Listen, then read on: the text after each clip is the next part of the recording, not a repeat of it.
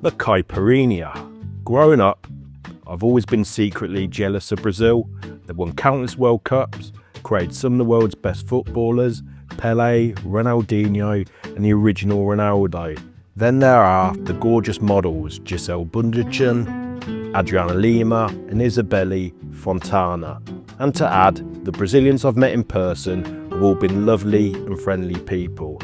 And then here in England, we get Wayne Rooney and Katie Price.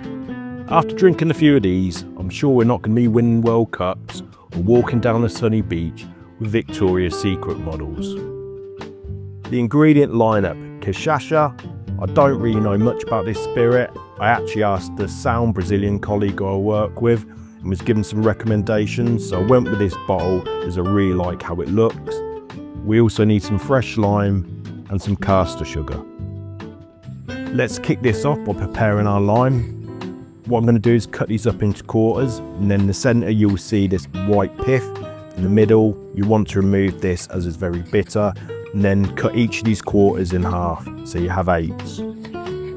We're going to assemble this one in the glass, so throw your lime segments in and then add to this 3 bar spoons of the caster sugar. Then you really want to give these a good muddle until the sugar dissolves.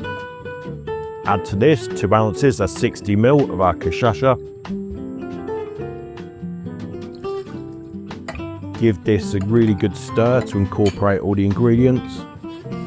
History-wise, the Caipirinha is thought to originate from Sao Paulo state. Some historians reckon it was created during the early 20th century as a remedy for the Spanish flu outbreak. Others trace its roots to the 19th century and farmers holding parties which were showcasing their sugarcane products.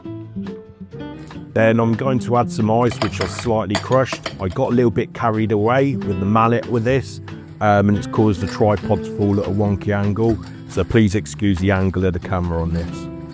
Then you want to give this a final stir.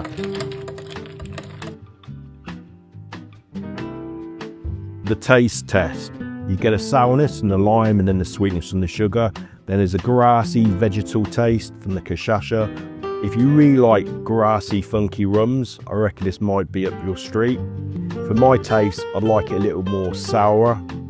I do like these drinks so you can make in a glass. These are lifesavers, especially when you have no equipment, which can happen at house parties or holidays. So yeah, I do rate this drink.